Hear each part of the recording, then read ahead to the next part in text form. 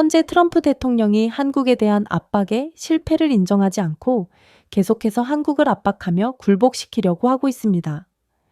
트럼프 대통령은 한국인 엔지니어들을 불법적으로 구금을 한 것도 모자라 한국에 3,500억 달러의 터무니없는 보조금을 강요했고, 이에 더해 관세 인상과 H-1B 비자에 대한 수수료를 100배로 인상하겠다는 말도 안 되는 정책을 밀어붙였는데요.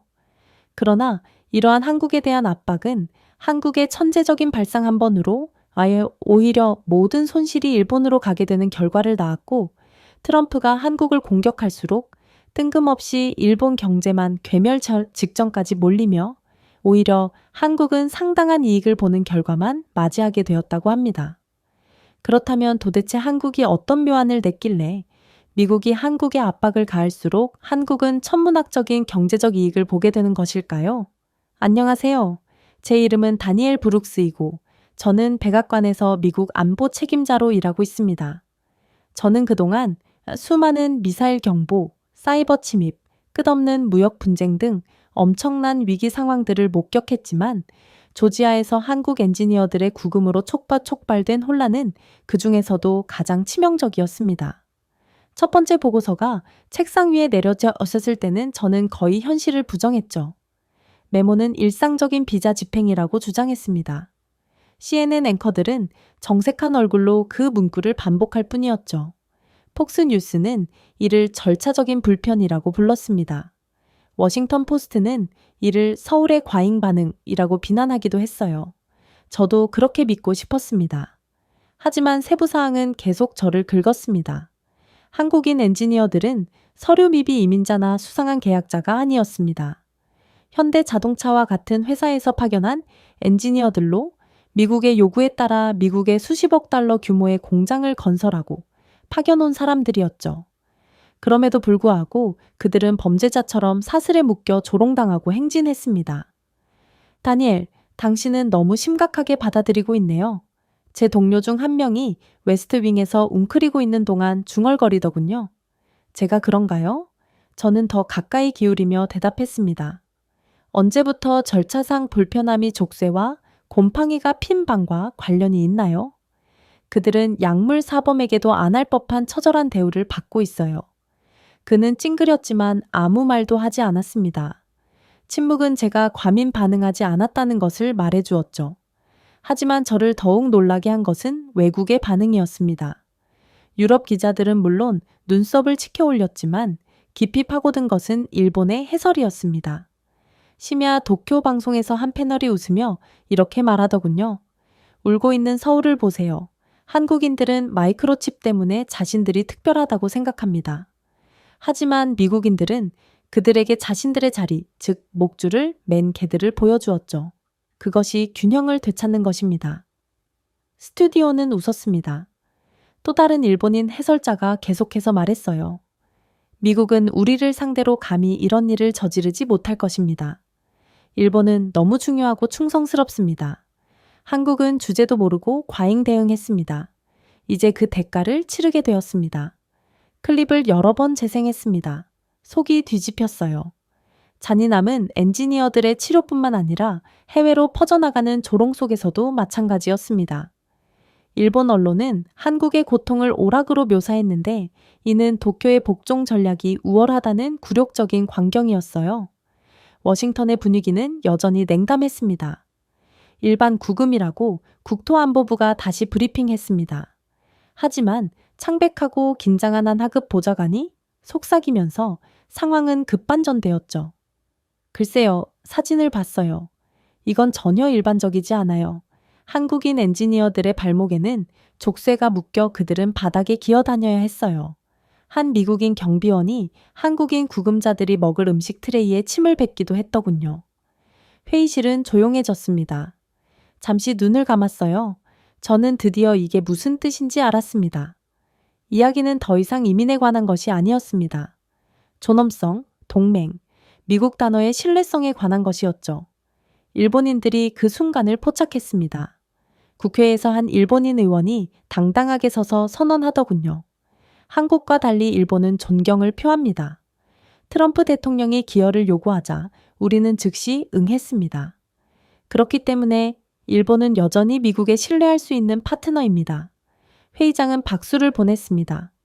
오사카의 신문들은 다음과 같은 헤드라인을 장식했어요. 서울은 울고 도쿄는 순종한다. 누가 이길까?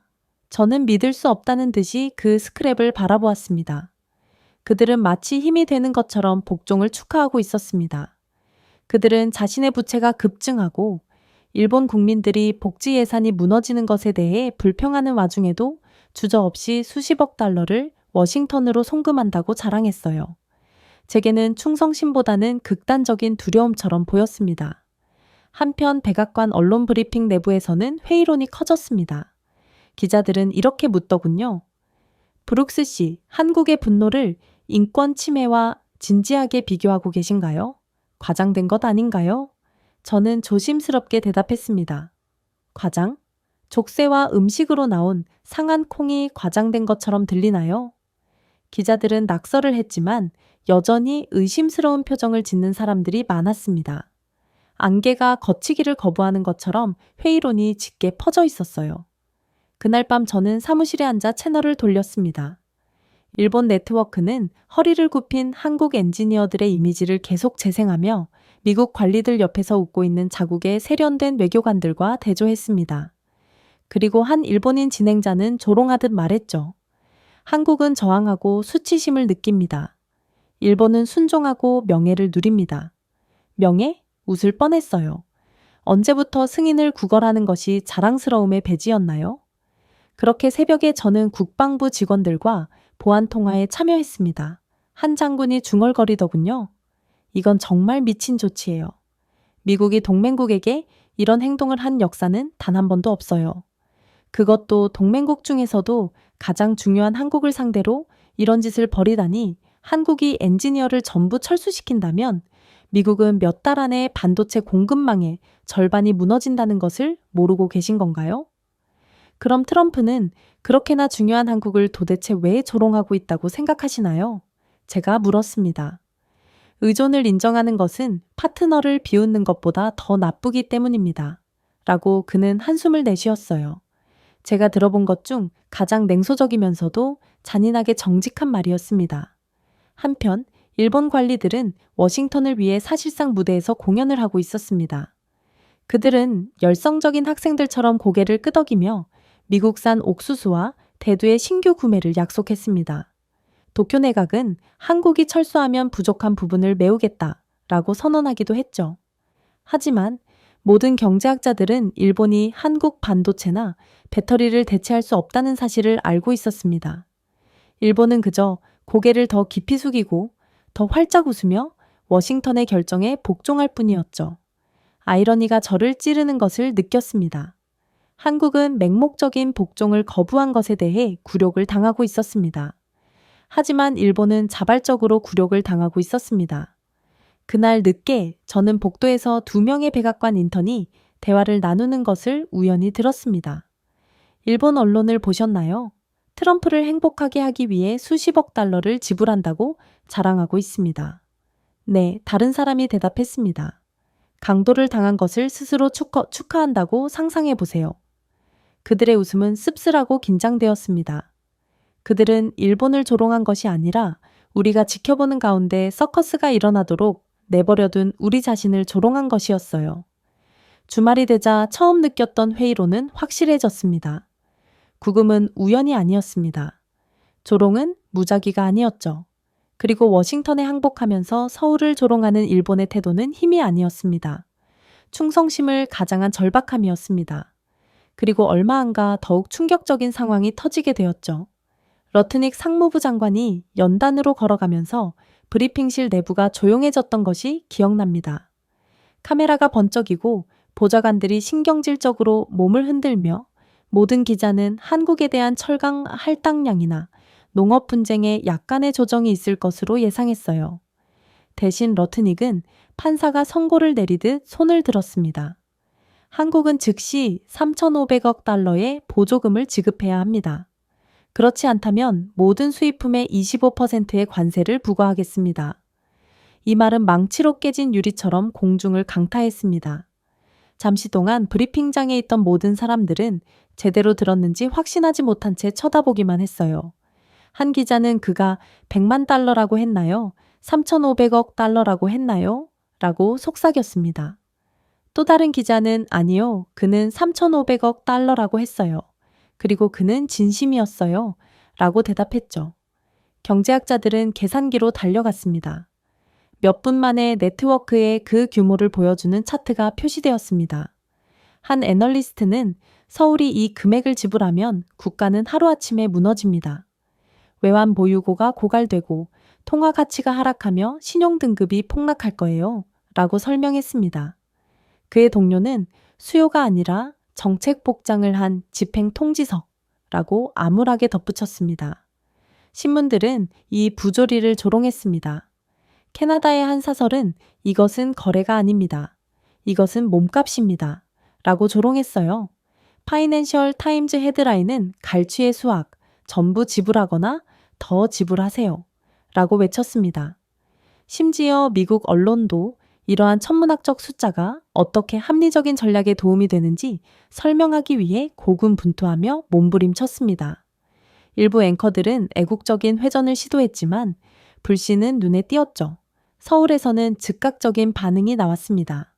한국의 장관들은 책상을 내리치고 의원들은 긴급회의를 요구했으며 국민들은 분노에 휩싸였습니다.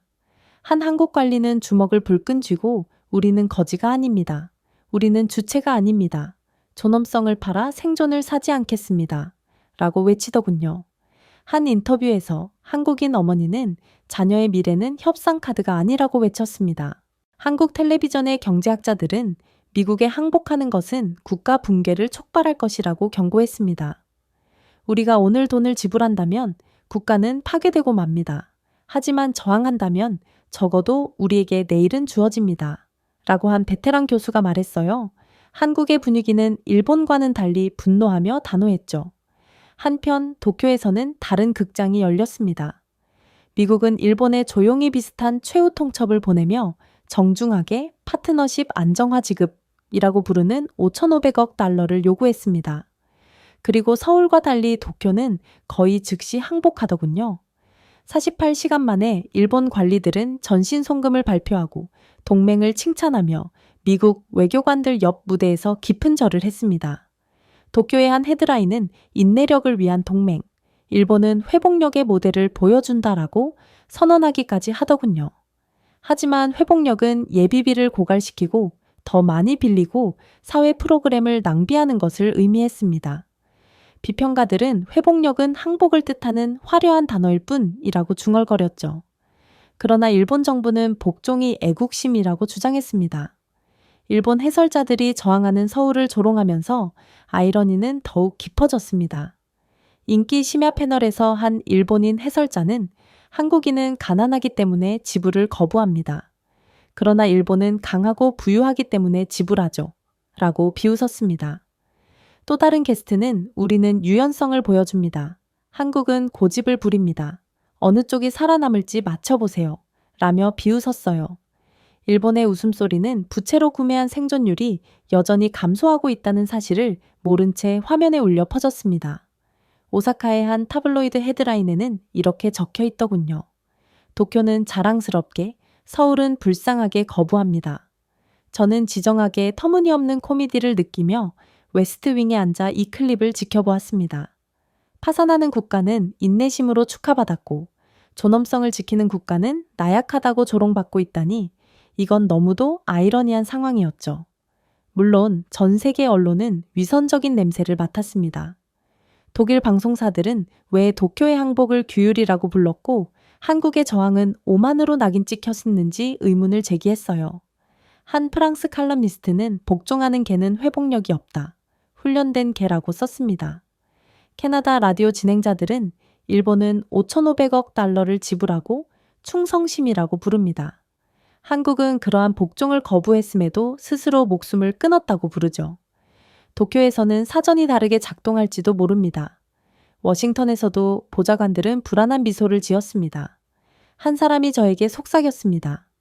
그럼 일본은 보호금을 지불하고 축하하는 건가요? 그건 마치 효율적으로 강도를 당하는 것을 스스로 축하하는 것과 같습니다. 모두가 풍자 뒤에 진실이 있다는 것을 알고 있었기 때문에 웃음은 씁쓸했어요. 서울 국회 내부에서 한 의원이 분노에 떨며 목소리를 냈습니다. 이 요구를 받아들인다면 50년간의 진전을 한 번의 서명으로 지우는 꼴이 됩니다. 거부하면 관세가 부과되지만 주권은 유지되죠. 한국은 여전히 세계 최강대국의 정면으로 맞서기를 꺼려했지만 아무튼 이들은 미국이 원하는 모든 것들을 퍼줄 호락호락한 국가가 아니었어요. 그리고 한국은 트럼프가 전혀 생각지도 못했던 제안을 해오며 저희 모두를 완전히 놀라게 했죠. 미국은 우리에게 3,500억 달러를 요구했습니다. 이건 말도 안 되는 금액이죠. 한국은 돈 대신 계약서를 건네겠습니다. 현금이 아니라 우리만이 전달할 수 있는 세계 프로젝트를 건네겠습니다. 한국의 자신감에는 근거가 있었어요. 조선, 반도체, 배터리, 에너지 인프라 등 한국의 산업은 사치품이 아니었습니다. 그것들은 현대 세계 경제의 동맥이었죠. 이를 막는 것은 피가 흐르는 것을 막는 것이었습니다. 한 고문이 화면에 수치를 올렸습니다. 현대중공업은 현재 유럽과 중동 전역에서 600억 달러 규모의 LNG 운반선 계약을 체결하고 있습니다. 대우조선해양은 북유럽 고객사들과 핵 쉐빙선 계약을 체결했죠. LG에너지솔루션은 폴란드와 인도네시아의 배터리 허브를 구축하고 있습니다. 삼성 SDI와 SK온은 유럽의 전기 모빌리티 중추를 공급하고 있습니다. 그는 잠시 멈춰서며 수치를 유지했습니다. 이러한 프로젝트의 절반이라도 방향을 바꾸거나 지연시키면 그 영향은 국경을 훨씬 넘는 산업에 타격을 줄 것입니다. 맞습니다. 한국처럼 전방위적인 기술력을 확보한 국가는 존재하지 않았고 이건 그야말로 전 세계에서 한국만이 할 수 있는 제안이었던 거였죠. 베를린에서 독일 경제학자들은 서울의 아이디어를 매료되어 분석하기 시작했습니다. 프랑크푸르터 알게마인의 차이퉁에 따르면 중도국이 시위가 아닌 공급망의 지렛대로 갈취에 저항한 것은 이번이 처음입니다. 한국은 항복을 제공하는 것이 아니라 필수 불가결한 기술에 기반한 새로운 형태의 협상을 제공하고 있습니다. 라며 감탄의 반응을 보였어요. 프랑스 텔레비전 진행자들은 밤늦게까지 토론을 벌였습니다. 한 진행자는 이것은 천재적인 일입니다. 라고 외쳤습니다. 그들은 말합니다. 우리는 돈을 지불하지 않겠지만 우리의 조건에 따라 실제로 필요한 것을 세상에 제공할 것입니다. 저는 대서양 건너편 백악관 상황실에 앉아 엇갈린 감정으로 이 보고서를 들었어요. 한 직원은 만약 한국이 미국을 떠난다면 우리 자동차 제조업체가 무너집니다. 전기차 생산이 중단되고 말 거예요. 라고 속삭였습니다. 또 다른 직원은 긴장한 듯 대답했죠. 더 나빠요. 한국산 반도체가 없으면 미국 방위산업체는 첨단 무기를 만들 수 없습니다.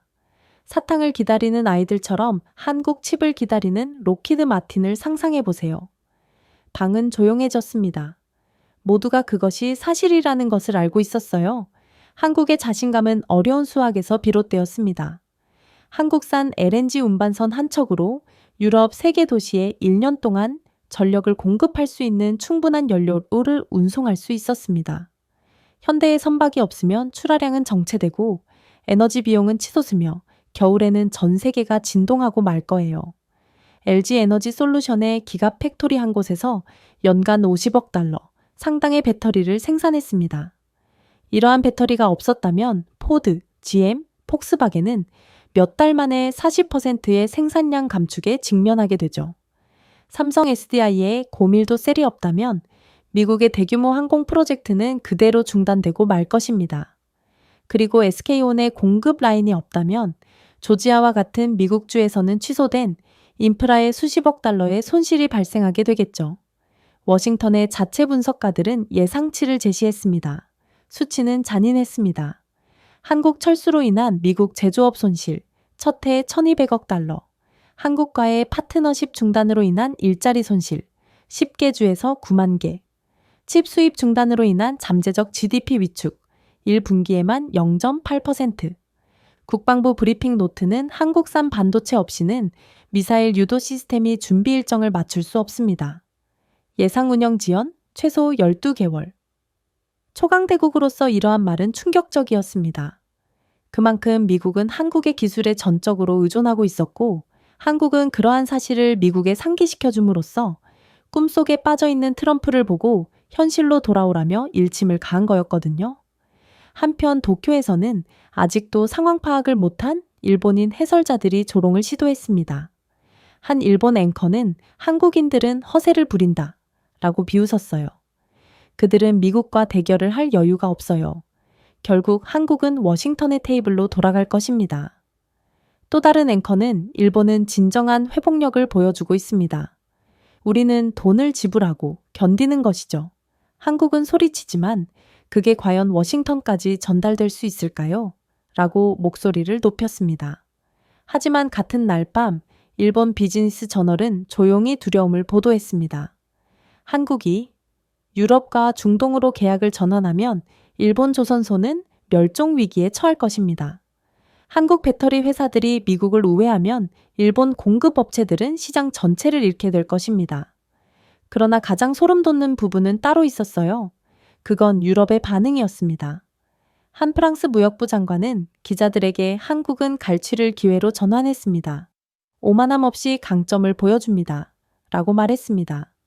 독일 경제학자들은 이를 훌륭한 체스 행보라고 설명했죠. 투자자들은 한국의 방향 전환 계약으로 인한 이익을 기대하며 한국 주식에 자본을 쏟아붓기 시작했습니다. 서울거래소는 하루 만에 5% 급등했고 월가는 취소된 프로젝트의 부담에 떨었습니다. 한 백악관 보좌관이 브리핑 후 저에게 쓴소리로 말했습니다. 그들은 우리에게 논리를 사용하고 있습니다. 돈을 주는 대신 우리 산업을 하나하나 분해하고 있죠. 최악의 부분은 효과가 있다는 거죠. 미국은 알게 모르게 한국의 기술에 전적으로 의존하게 되었거든요. 저는 그를 바라보며 아무 말도 하지 않았습니다. 하지만 속으로는 그의 말이 옳다는 것을 알았죠. 심지어 이젠 한국 기업들도 호락호락하지 않았어요. 현대중공업의 한 고위 관리자는 기자들에게 워싱턴의 자존심을 살리기 위해 수표를 쓰지 않을 것입니다. 우리를 존중하는 국가를 위해 선박, 배터리, 원자로를 만들 것입니다. 그것이 바로 한국이 살아남는 방법입니다. 라고 말했습니다. 그의 말은 입소문을 탔어요. 유럽과 중동의 시민들도 그의 정서에 공감했습니다. 사우디의 한 애널리스트는 한국산 제품을 살 수 있는데 왜 미국의 위협을 사느냐 라고 따랐죠. 한국은 더 이상 미국의 말만을 맹목적으로 듣는 어린아이가 아니었고 트럼프의 강압을 글로벌 필수 불가결성을 보여주는 플랫폼으로 전환할 능력이 있는 강대국이었던 것입니다. 트럼프의 한국을 모욕하려는 몸값 요구가 오히려 그들의 타의 추종을 불허하는 영향력을 비춘 셈이었어요. 협상의 장이 닫히면서 한 가지 교훈이 분명해졌습니다. 미국은 3,500억 달러의 현금을 요구했습니다. 그러나 한국은 3조 달러의 글로벌 계약을 마음대로 전환할 수 있다는 것을 보여주며 대응했어요. 그리고 전 세계 GDP의 전체 비율에 해당하는 공급망을 공개했죠.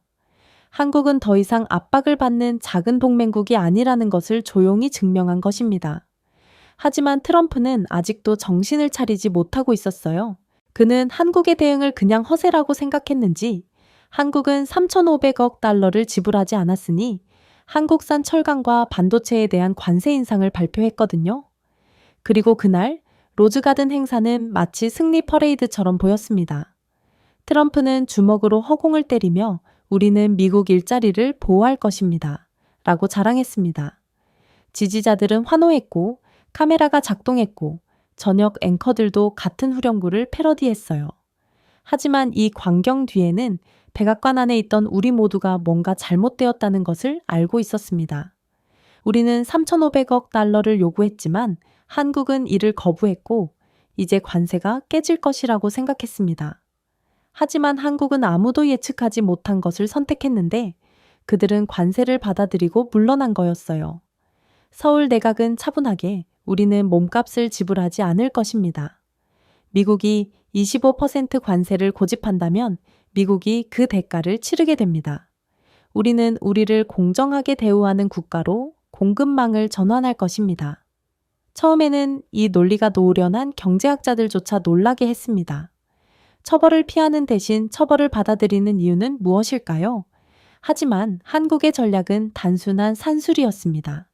3,500억 달러를 지불한다는 것은 즉각적인 붕괴를 의미했습니다. 미국이 25%의 관세를 부과한다면 한국은 그냥 미국으로의 공급을 끊으면 됐어요. 한국은 그저 유럽, 중동, 아세안으로 수출을 전환하면 이 관세가 무력화할 수 있고 그렇게 된다면 손실이 통제되었거든요. 이건 전 세계가 원하는 세계 최고 수준의 기술력을 자신하는 국가만이 할 수 있는 계산이었습니다. 물론 도쿄는 여전히 한국을 조롱했습니다. 일본 평론가들은 한국인은 돈을 지불하기에는 너무 가난해서 고집스러운 자존심을 선택합니다. 일본은 돈을 지불하고 신뢰를 확보함으로써 진정한 힘을 보여줍니다. 라고 웃으며 말했죠.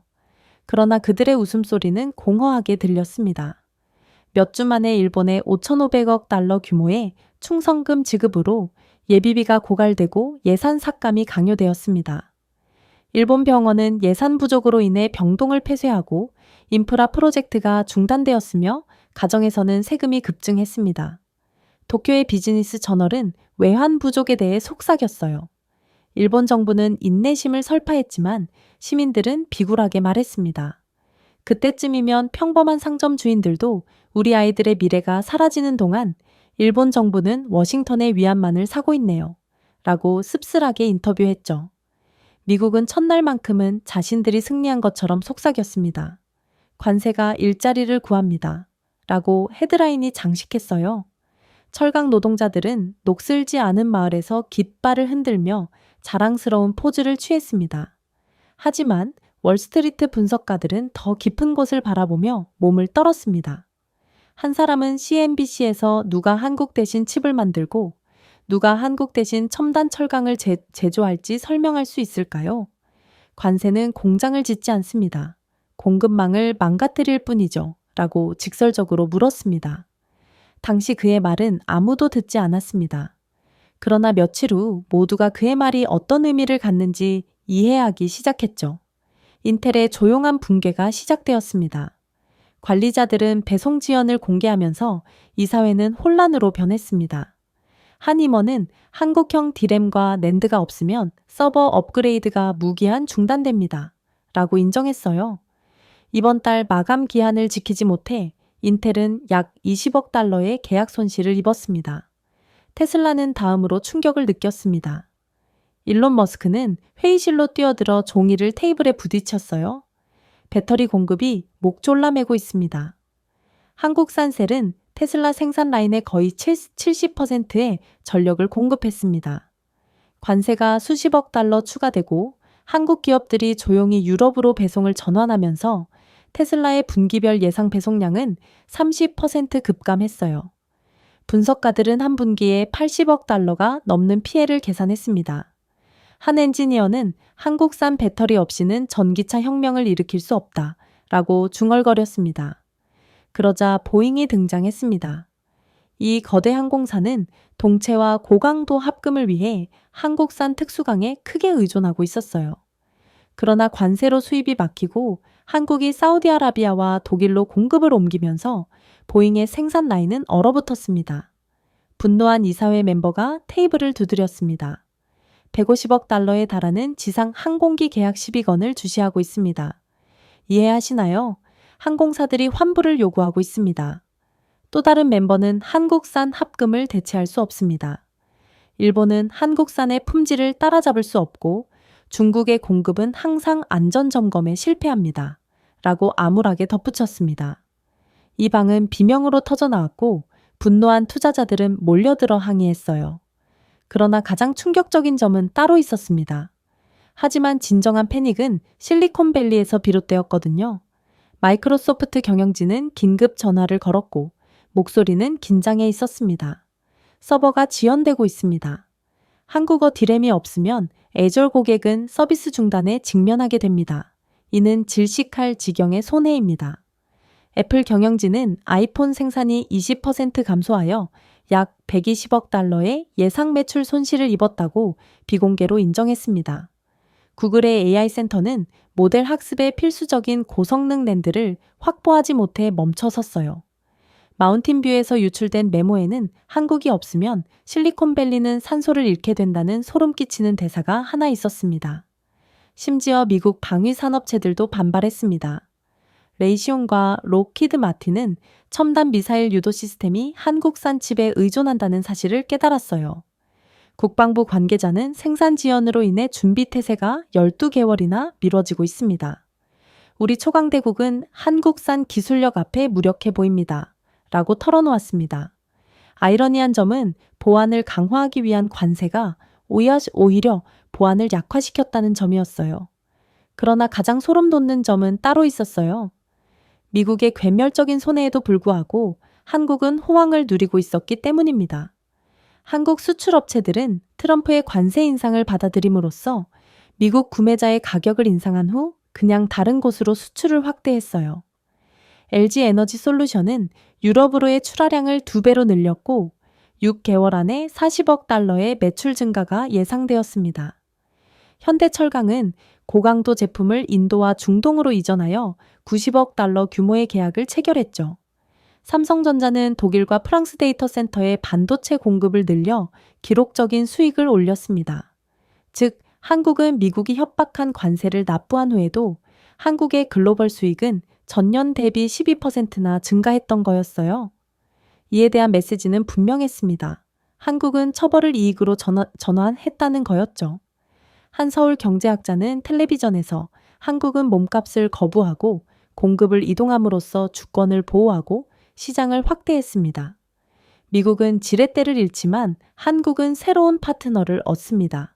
라고 설명했습니다. 그리고 실제 수치가 이야기를 증명했어요. 한국의 대미 철강 수출은 30% 감소했지만 사우디아라비아, 브라질, 독일의 계약에 힘입어 전 세계 철강 수출은 45% 증가했습니다. 대미 반도체 수출은 20% 감소했지만 유럽과 동남아시아 판매는 50% 급증했습니다. 한국의 무역 흑자는 사상 최고치를 기록했고 아이러니하게도 일본의 적자는 급증했어요. 특히나 미국은 이대로라면 1년 만에 거의 1,500억 달러의 제조업 생산성 손실을 입을 것으로 전망되었기에 그야말로 발등에 불 떨어진 상황이었죠. 무엇보다도 일본의 고통은 참을 수 없게 되었습니다. 5,500억 달러에 달하는 충성금으로 비축량은 고갈되었지만 일본의 주요 상품에 대한 관세는 여전히 남아 있었거든요. 일본 시민들은 더 높은 세금을 내고 임금은 정체되었으며 일본 기업들은 자원을 수입하는 데 어려움을 겪었습니다. 한 씁쓸한 일본 기자는 우리는 보호를 위해 비용을 지불하고 사슬을 받았습니다. 라고 썼습니다. 한때 조롱받았던 서울의 결정은 이제 일본과 비교하면 빛을 발했어요. 도쿄의 복종은 쇠퇴를 샀지만 서울의 저항은 번영을 산 셈이었어요. 저는 워싱턴에서 긴급하게 실리콘밸리 CEO들과 긴급 컨퍼런스 콜에 참석했습니다. 줄은 여전히 열광적인 목소리로 윙윙거렸어요. 팀 쿡의 어조는 날카로웠습니다. 우리는 한국 없이는 작동할 수 없습니다. 한국 반도체가 없으면 애플은 수십억 달러의 출혈을 일으킵니다. 구글은 구글의 서버는 매일 질식하고 있습니다. 우리의 AI 프로젝트는 계산 중에 얼어붙습니다. 아이러니는 참을 수 없었습니다. 대신 한국을 처벌하기 위해 고안된 관세가 미국의 목을 조르고 있었어요. 공장은 유유 상태가 되었고 CEO들은 분노했으며 투자자들은 도망쳤습니다. 한편 서울의 산업은 기록을 경신했습니다. 효율성, 품질, 글로벌 수요에서 비교할 수 없는 철강 및 반도체 인프라는 대체 불가능한 것으로 판명되었죠. 그리고 이렇듯 트럼프가 한국에 미국도 의존하게 만드는 강력한 기술력을 무료로 전 세계에 홍보해준 덕분에 한국은 계속해서 더 많은 계약을 이어나갈 뿐이었어요.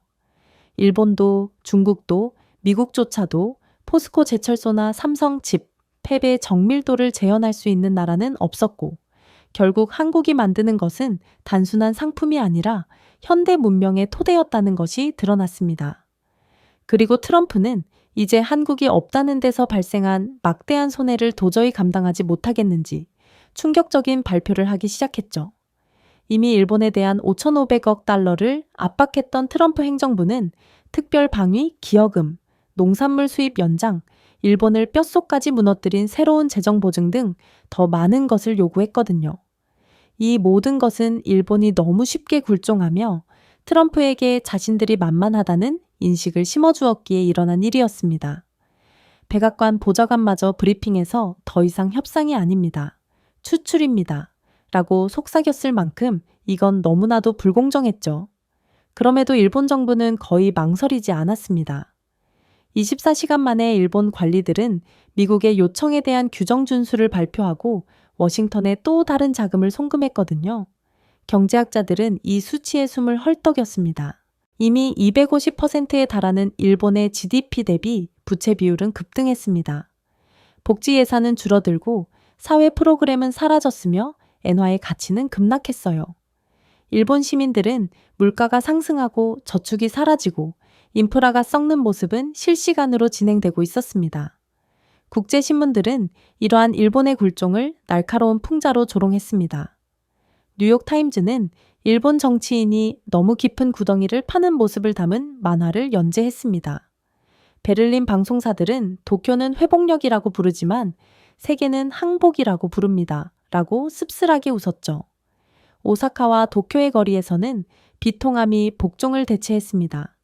소상공인들은 세금 인상에 대해 불평했고 학부모들은 학교 예산 축소에 대해 걱정했으며 병원은 비용 절감을 위해 직원을 감축했습니다.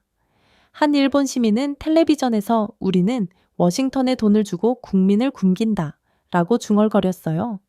그러나 정부는 수능이 지혜라고 주장했습니다. 총리 연설에서는 동맹에는 희생이 필요하다야 라고 반복했죠. 그러나 시민들은 희생이 노예가 되었다는 진실을 알고 있었고 워싱턴은 끝없이 요구했습니다. 한편 역시나 서울의 분위기는 매우 달랐습니다.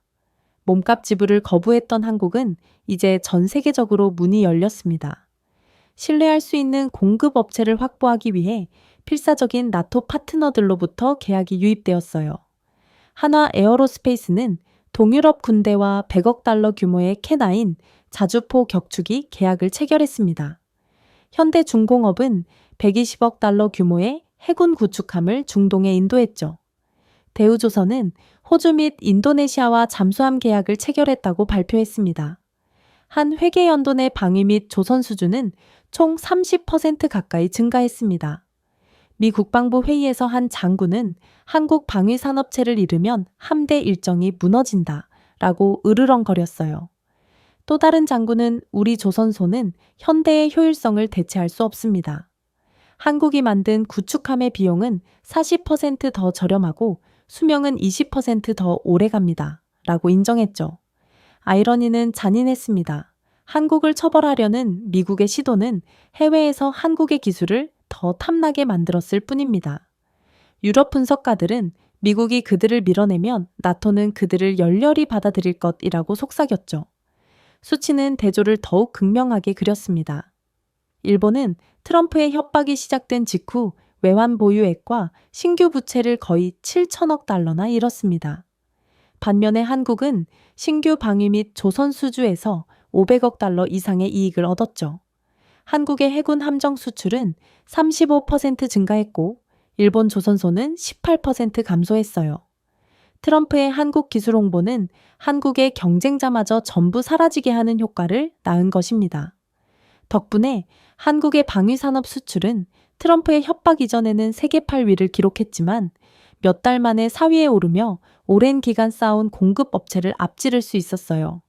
한국은 위기를 오히려 기회로 만든 거였죠. 당연히 미국 기업들의 손해는 매우 막심했죠.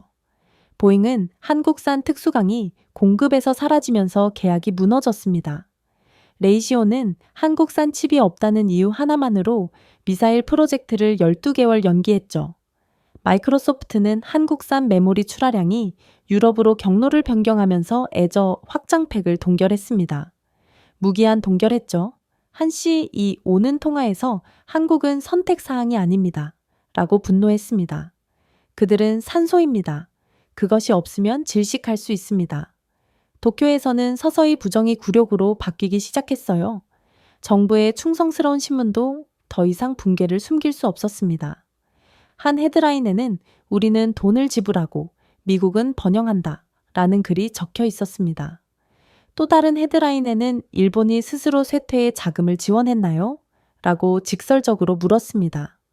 시민들은 한국 군함이 당당하게 진수하는 밈을 온라인에 공유했고 일본 관리들은 힘없이 고개를 숙였어요. 그야말로 한국의 전략은 천재처럼 보였습니다.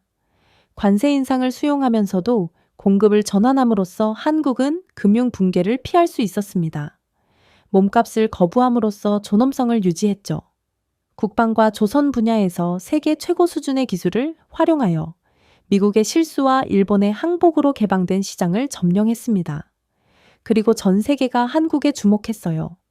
프랑스 국방부 장관은 한국은 품질, 속도, 비용 효율성을 누구도 따라올 수 없다라고 선언했습니다.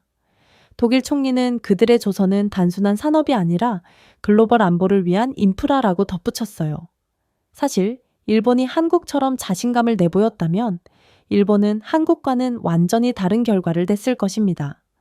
왜냐하면 한국의 기술력은 미국이 꼼짝 못하도록 만드는 세계 최강이었고 따라서 이러한 트럼프의 협박에 맞불을 놓는 전략은 오직 한국만이 가능한 전략이었거든요. 일단 한국의 기술 인프라만 봐도 그렇습니다. 포스코의 제철소는 잠수함과 항공모함에 매우 중요한 내구성 면에서 타의 추종을 불허하는 합금을 생산했거든요. 현대의 조선소는 자동화 기능을 갖춘 선박을 건조하여 비용을 30% 절감할 수 있었습니다. 한화의 자주포 시스템은 매우 발전하여 전자제품을 통합하여 나토 장교들마저도 한국 제품이 미국 제품보다 우수하다고 속삭일 정도였습니다.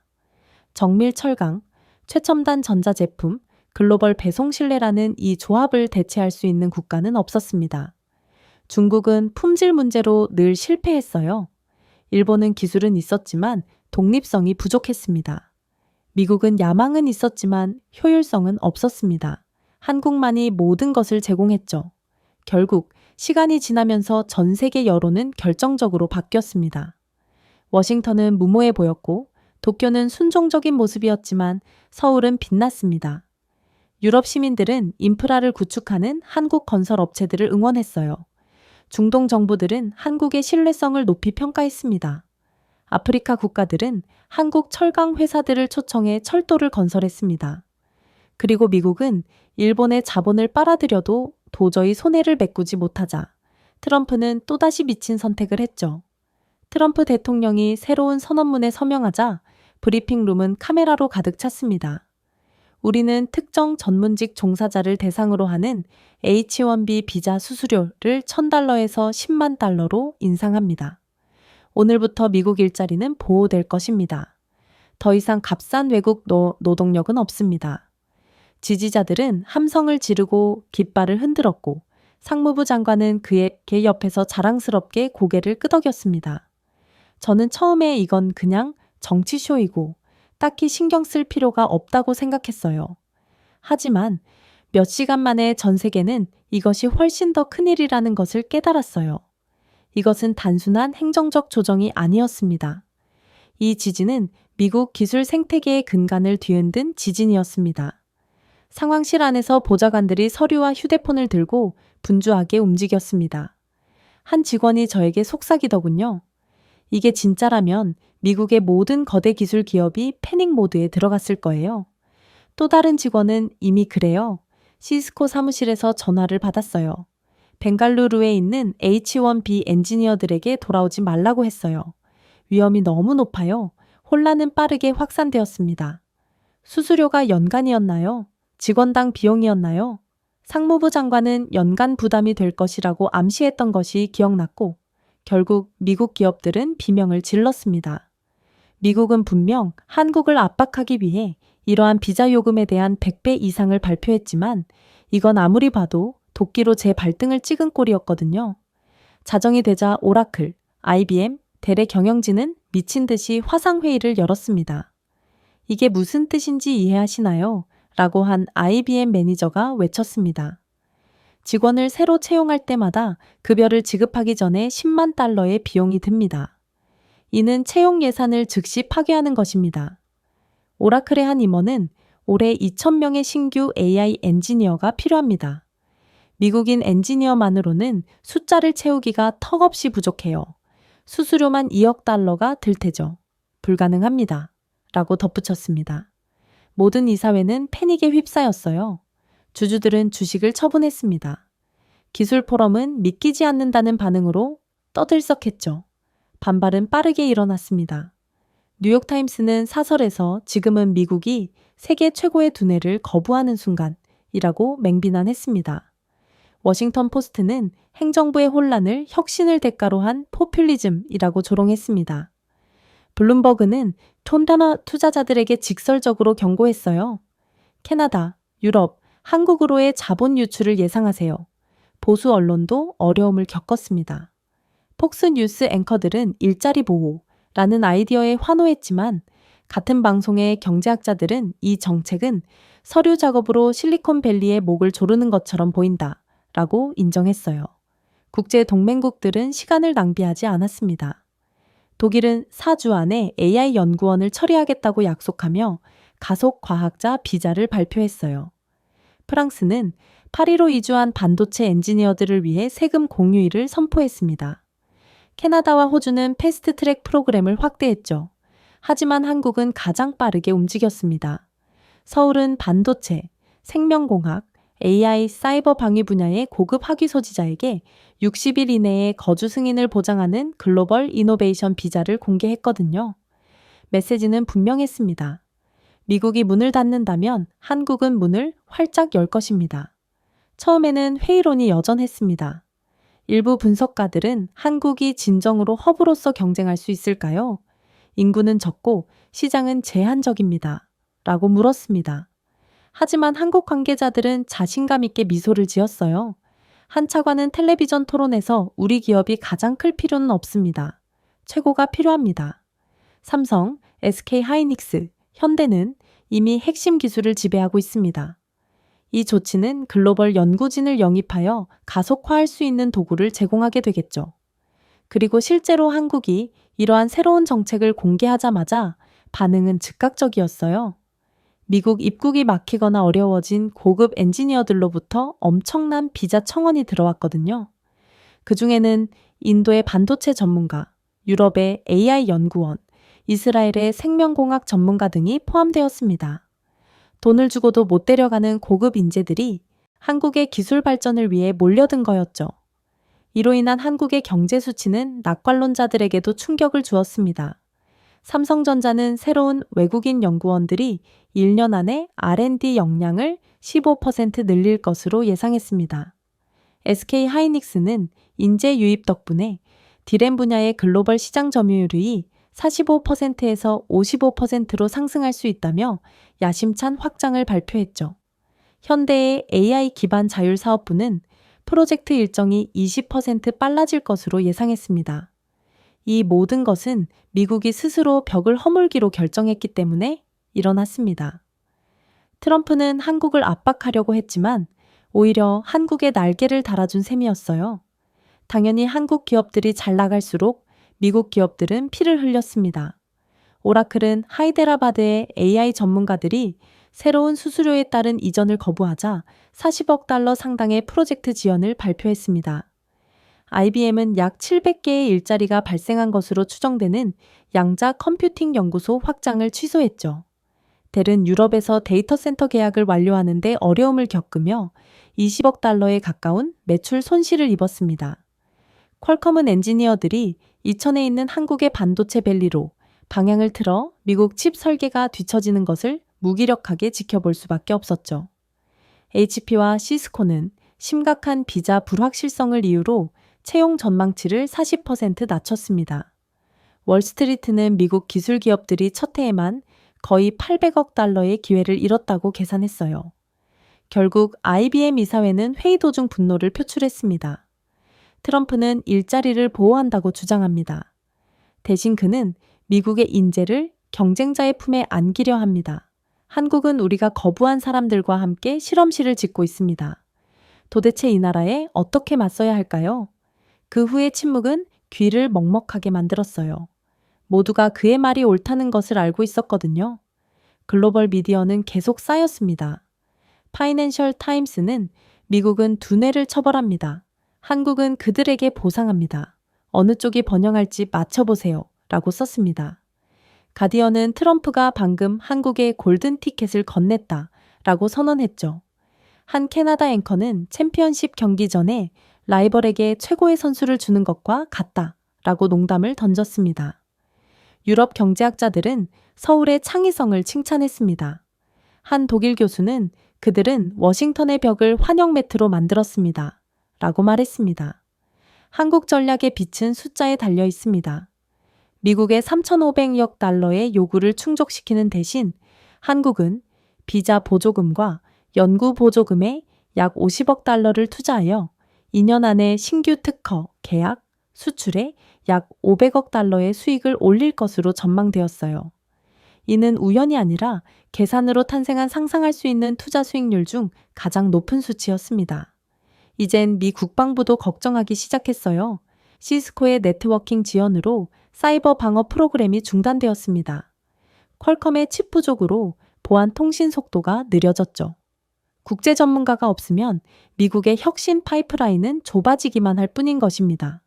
한편 한국은 방위 AI 분야에서 외국 전문가를 자율 해군 시스템과 극초음속 요격기 개발 프로젝트에 통합하며 앞서 나갈 전망이었습니다. 한 유럽 국방 분석가는 이렇게 요약하더군요. 미국은 엔지니어를 차단했습니다. 그러나 한국은 엔지니어를 무기화했죠. 얼마 지나지 않아 미국 CEO들의 분노가 폭발했어요. 오라클의 레리 앨리슨의 목소리에 분노가 터져나왔습니다. 우리는 트럼프의 어리석음 때문에 수십억 달러를 잃고 있습니다. 한국은 우리에게 필요한 인재를 밀렵하고 있다고요? IBM의 지니 로메티 후임자는 수십 년 동안 연구소를 지었는데 이제는 서울로 이사합니다. 이건 광기입니다. 라고 씁쓸하게 덧붙였죠. 대래 한 관계자는 트럼프가 실리콘밸리를 유령의 계곡으로 만들고 있다. 라고 단호하게 결론 지었습니다. 이로써 연말까지의 스코어보드는 부인할 수 없는 수준이었습니다. 한국의 기술 부문은 거의 600억 달러의 새로운 가치를 추가할 전망이었어요. 반면에 미국은 거의 1,000억 달러의 손실을 입었죠. 연설보다 더 큰 폭으로 감소한 수치였습니다. 트럼프는 분명 미국의 일자리를 지키겠다고 약속했어요. 대신 미래를 수출했죠. 그리고 저는 트럼프가 우습게 본 이 작은 나라는 어쩌면 미국을 능가하는 엄청난 잠재력을 가지고 있었을지 모른다는 생각에 공포에 질릴 수밖에 없었습니다. 그러나 이미 때는 늦은 상태였어요.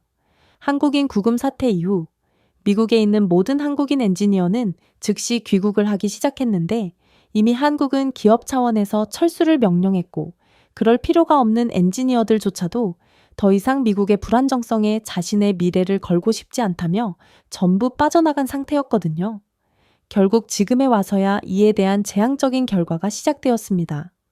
삼성전자, SK하이닉스, LG에너지솔루션은 조지아와 텍사스에서 가동을 중단했고 한때 미국 산업 부흥의 초석으로 여겨졌던 이 프로젝트는 완전히 망가지고 말았어요.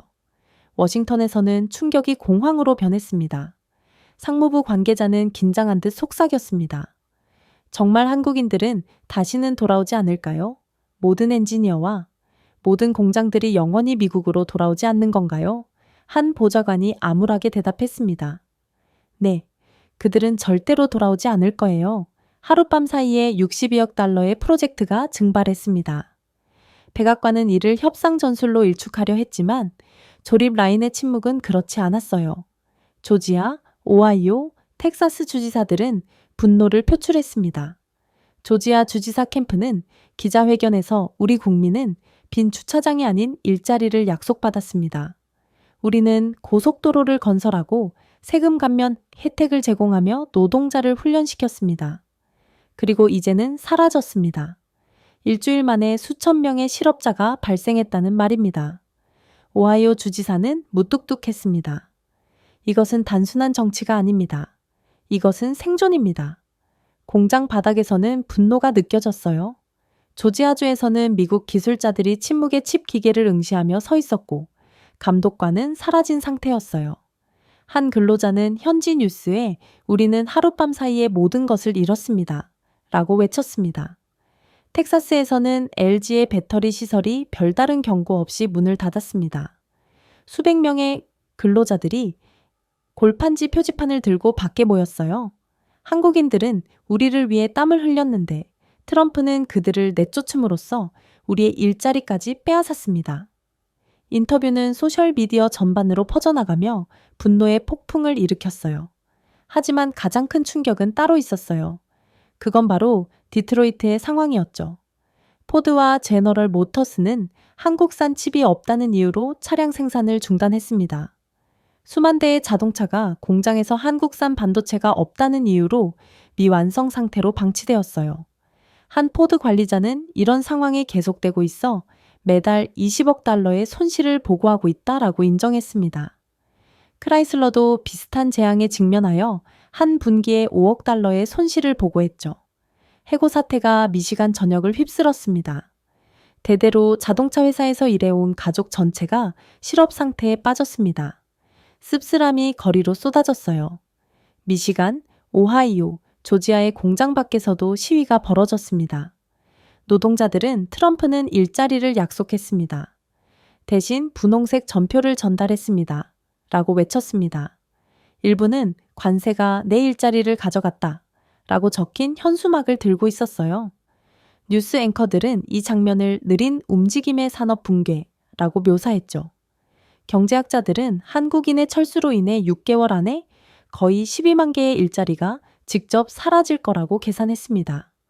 공급업체, 계약업체, 서비스 근로자들이 연쇄 반응을 느끼면서 간접 손실은 그 2배로 증가할 예정이었죠.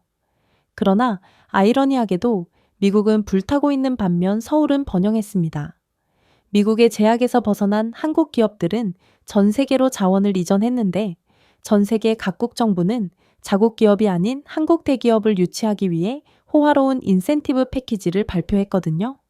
분석가들은 이 패키지를 한국 산업의 경매라고 불렀습니다. 그리고 그 규모는 모두를 충격에 빠뜨렸죠. 사우디아라비아는 리야드에서 국가 배터리 허브 건설을 위해 220억 달러의 보조금을 약속했습니다. 관계자들은 이를 사막의 녹색 피벗이라고 불렀습니다. 텔레비전 화면에 이 수치가 나타나자 군중들은 숨을 헐떡였습니다. 베트남은 빠르게 움직였어요.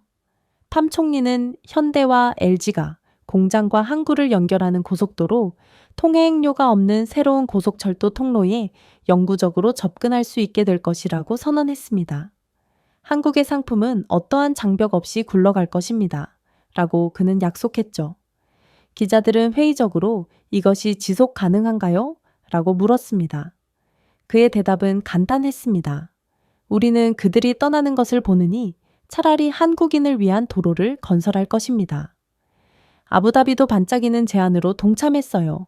한 장관은 20년 동안 세금이 없고 한국 기업에 대한 수도, 전력, 통신 요금도 없다. 라고 자랑했습니다. 헝가리도 비슷한 패키지로 대응하며 한국 직원 가족을 위한 무료 공과금과 교육 보조금을 강조했습니다. 며칠 만에 폴란드는 바르샤바 인근에 무료 산업용지를 발표했고 인도네시아는 할인된 가격으로 장기 석유 공급 계약을 체결했어요. 그야말로 한국을 모셔가기 위한 경쟁은 치열했던 것입니다. 서울 재무부 내부에서는 관계자들이 이 광경에 감탄했습니다. 한 고문은 다이아몬드 입찰자처럼 우리 공장을 놓고 경쟁한다? 라며 웃더군요. 또 다른 고문은 이제 더 이상 협상이 아닙니다. 항복입니다. 전 세계는 우리 없이는 살아남을 수 없다는 것을 알고 있습니다. 트럼프를 제외하고 말이죠. 라고 덧붙였습니다. SK온의 한 고위 임원은 기자들에게 하루에도 수건의 진지한 제안을 받고 있습니다. 마치 글로벌 경매장 같은 느낌입니다. 라고 설명했습니다. 수치야말로 이러한 열풍을 잘 보여주었습니다. 단 몇 주 만에 한국 기업들은 1,500억 달러 이상의 확정된 보조금, 토지 보조금, 인프라 약속을 받았거든요. 사우디아라비아의 패키지만 해도 GDP의 거의 3%를 차지했습니다. 베트남의 인프라 약속은 연간 운송, 예산의 절반 이상을 차지했죠. 그러나 놀랍게도 지도자들은 열정적으로 결정을 옹호했습니다. 에미리트 장관은 비용은 문제가 되지 않습니다. 라고 선언했습니다. 투자입니다. 한국은 우리 산업에 활력을 불어넣습니다. 이렇듯 전 세계가 한국 기업을 모셔가기 위해 간이고 쓸개고 전부 내어주는 이유는 명확했어요. 그건 한국의 다른 누구도 복제할 수 없는 기술력에서 비롯되었죠. 한국의 배터리는 전 세계 전기 자동차의 65%를 구동했습니다. 디스플레이는 프리미엄 스마트폰의 70%를 차지했죠. 반도체는 전 세계 메모리 칩의 거의 절반을 차지했습니다. 이러한 제품이 없었다면 현대 경제는 단순히 침체되었을 뿐입니다. 유럽은 에너지 위기 상황에서 한국의 그리드 배터리가 네트워크를 안정화시킨 이후부터 이를 깨달았습니다. 아세안은 한국 조선소가 LNG 운반선을 누구보다 빠르게 인도했을 때 이를 목격했죠. 중동 지도자들은 석유 기반 경제가 친환경 다각화를 요구하자 이를 인정할 수밖에 없었어요. 그럼에도 워싱턴의 회의론자들은 이 광경을 경시하려고 노력했습니다. 한 미국 상원 의원은 케이블 뉴스에서 과장된 약속이라고 중얼거렸습니다. 하지만 기자들은 한국 기업들이 이미 수백억 달러 규모의 기속력 있는 계약을 체결했다고 지적하며 그의 말을 끊었습니다. 상원 의원은 침묵할 수밖에 없었죠. 한편 유럽 신문들은 한국의 새로운 역할을 환영했습니다. 한국은 운전석에 앉았습니다. 라고 르몽드는 선언했습니다. 다른 사람들은 더 이상 운전석을 잡을 수 없습니다. 경제적 영향은 엄청났습니다. 한국 기업들은 유리한 조건에서 일부 공장을 해외로 이전함으로써 생산 비용을 12% 절감할 수 있을 것으로 전망되었습니다. 회계연도 내의 수익이 20% 급증할 것으로 예상되었죠. 서울의 주가는 사상 최고치를 기록했습니다. 연기금이 급증했어요. 분석가들은 인센티브만으로도 800억 달러의 직접적인 기업 혜택이 추가되어 장기 수익률이 훨씬 높아진 것으로 추정했습니다. 리야드에서 모하메드 빈 살만 왕세자는 이에 대해 직설적으로 말했습니다. 우리가 한국을 선택한 이유는 그들만이 유일하게 성과를 내기 때문입니다. 그들은 우리 정유소를 지었습니다. 그들은 우리 배를 만들었습니다. 이제 그들은 우리의 미래를 건설할 것입니다. 부다페스트에서 헝가리 재무장관은 한국인을 유지하기 위해 비용을 지불해야 한다면 기꺼이 지불할 것입니다. 라고 인정했어요. 심지어 이제는 일반 시민들도 이러한 변화를 알아차렸습니다. 베트남에서는 현지인들이 이제 우리 열차는 한국의 것이라고 농담을 던졌습니다. 아부다비에서는 공장과 함께 지어진 새로운 한국 학교의 가족들이 감탄했죠. 폴란드에서는 젊은 엔지니어들이 삼성의 새 캠퍼스에서 인턴십을 신청하기 위해 몰려들었습니다. 한 학생은 우리는 더 이상 실리콘밸리를 꿈꾸지 않습니다. 판교를 꿈꿉니다. 라고 외쳤습니다. 반면 미국은 무기력하게 지켜보았습니다. 관세와 정신 나간 비자 정책이 한국 기업을 쫓아냈습니다. 이제 다른 국가들도 그들을 환영하기 위해 경쟁하고 있어요. 그리고 한 한국 장관은 텔레비전에서 그 논리를 설명하더군요. 왜 적대적 시장에 접근하기 위해 몸값을 지불하나요? 우리는 관세를 받아들이고 자원을 재배치하며 다른 곳에서 파트너를 얻습니다. 세상은 한 나라보다 더 큽니다. 미국이 관세를 25% 부과하던 125% 부과하던 우리는 그저 다른 국가의 물건을 팔면 그만입니다. 그의 말에 아무도 반박을 할 수가 없었어요. 그럼에도 백악관으로 돌아온 트럼프는 집회에서 우리는 승리하고 있습니다. 우리는 미국 일자리를 보호했습니다. 라고 주장했습니다. 하지만 충성스러운 지지자들조차 의심하기 시작했죠. 미시간에서는 해고된 자동차 노동자들이 카메라를 향해 승리, 주위를 둘러보세요. 우리는 이미 지고 있어요. 라고 외쳤습니다. 조지아에서는 주민들이 대통령의 주장을 조롱했죠.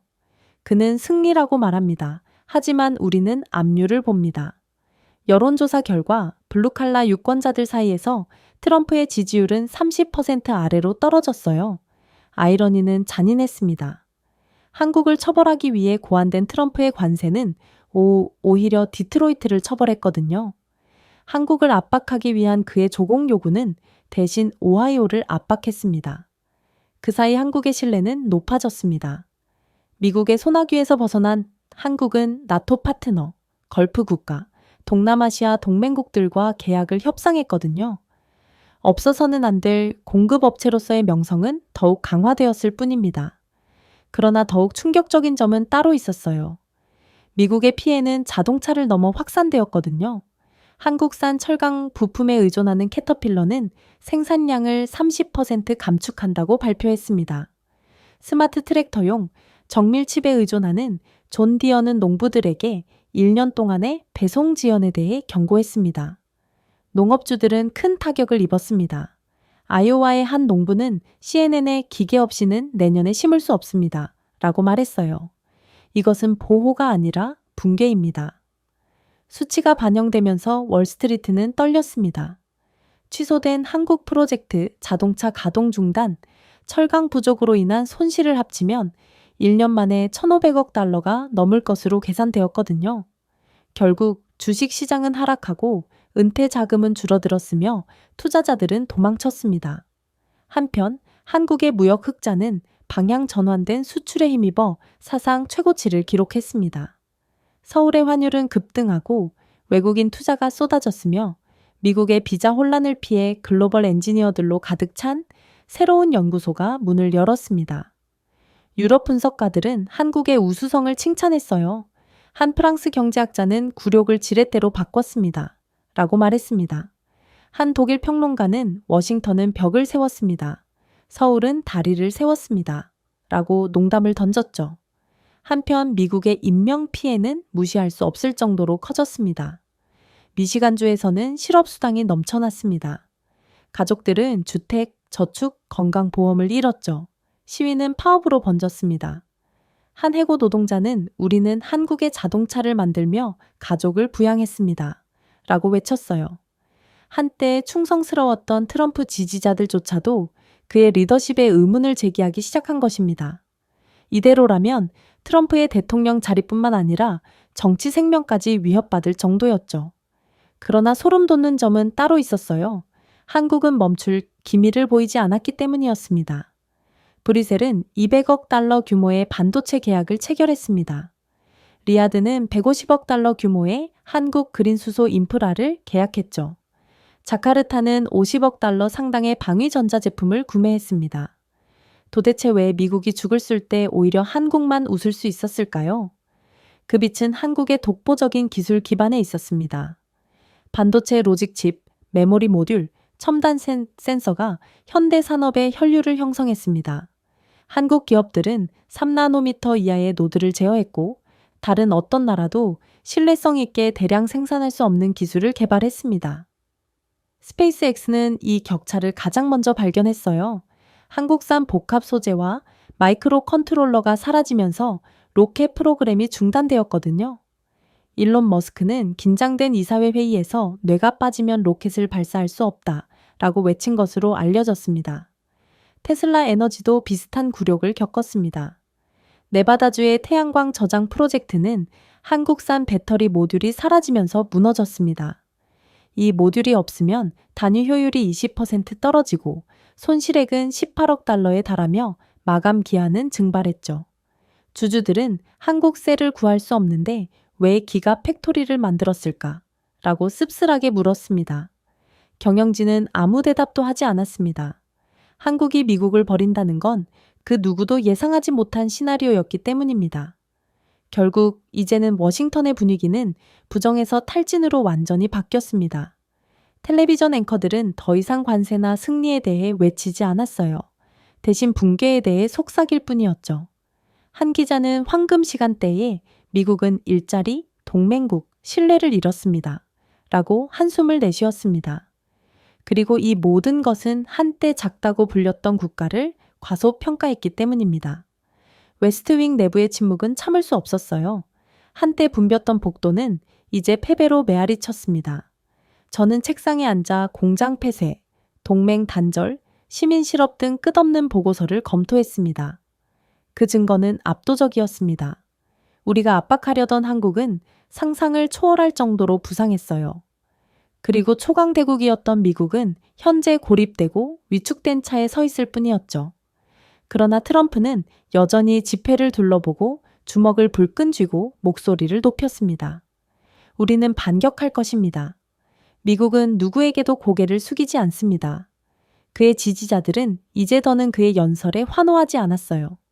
왜냐하면 한때 트럼프를 믿었던 그들은 이제 일자리, 집, 보안을 잃었습니다. 그들은 트럼프의 구호는 비어 있다는 것을 알게 되었어요. 여론조사 결과 트럼프가 입을 열 때마다 지지율이 하락해 이제는 25% 미만으로 떨어진 것으로 조사되었습니다. 충성파들조차도 우리는 오만함을 따랐고 그것이 우리를 여기까지 이끌었습니다. 라고 중얼거렸어요. 한편 한국의 존엄성은 전설이 되었습니다. 세계 지도자들은 서울을 원초적인 힘이 아닌 회복력으로 칭찬했어요.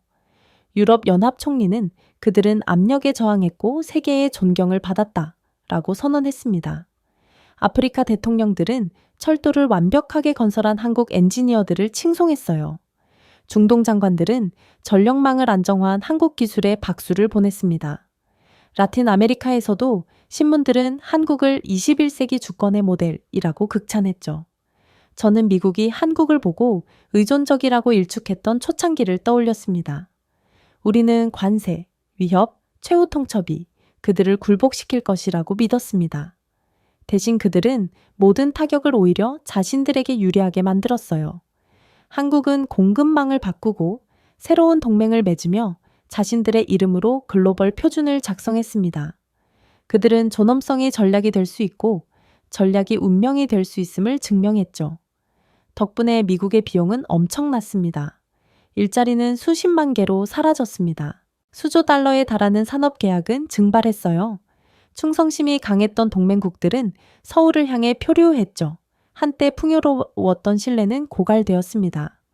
파트너들이 한국 기술을 선호하면서 군사적 영향력마저 약화되었습니다. 우리는 강갑에 모든 것을 걸고 모든 것을 회복력에 빼앗겼습니다. 물론 미국에 무조건 항복을 외쳤기 때문에 모든 돈이 미국으로 그대로 빨려 들어간 일본보다야 상황이 나았지만 사실상 미국도 일본과 별반 다르지 않은 상황이었어요. 미국의 부도 전부 한국으로 빨려 들어간 것과 다르지 않았거든요. 트럼프는 한국에 대한 공격에 완전히 실패했고 이제 이러한 오만함의 상징이 되었습니다. 한때 지배력과 관련이 있었던 트럼프의 이름은 이제 경고의 의미로 울려 퍼졌죠. 평론가들은 그를 허위의 기념비라고 불렀습니다. 유럽 만화는 관세라는 이름이 붙은 무너진 무대에 홀로 서 있는 트럼프를 조롱했습니다. 미국에서도 시위대는 다음과 같이 적힌 팻말을 들고 시위를 벌였어요. 성과 없는 자존심은 파멸을 가져옵니다. 하지만 아이러니는 피할 수 없었습니다. 우리는 단순히 한국을 무너뜨리는 데 실패한 것이 아니라 그들이 없어서는 안 될 존재임을 증명했습니다. 모든 제재는 오히려 한국의 세계적인 가치를 확인할 뿐이었어요. 모든 관세는 한국의 대체 불가능성을 드러냈습니다. 모든 모욕은 그들의 위상을 증폭시켰습니다. 그리고 먼지가 가라앉자 진실은 부인할 수 없게 되었습니다.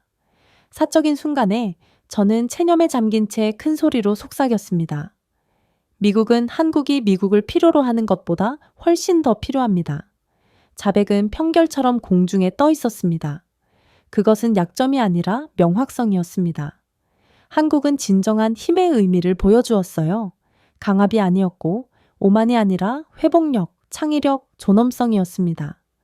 제가 좌절한 채 백악관 브리핑룸을 마지막으로 떠날 때 한 유럽 신문의 말이 머릿속에 떠올랐어요. 진정한 힘은 결코 위협에 있지 않습니다. 그것은 회복력에 있습니다. 그리고 아마도 그게 마지막 아이러니라고 생각했습니다. 우리는 지배하려고 노력했습니다. 그러나 한국은 그저 오직 우뚝 서려고 했어요. 결국 세상은 우리가 아닌 그들에게 왕관을 넘겨주었습니다. 제가 준비해온 내용은 여기까지입니다. 끝까지 시청해 주셔서 진심으로 감사드리며 여러분들의 구독과 좋아요, 알림 설정은 영상 제작에 큰 힘이 됩니다. 이상 세모튜브였습니다.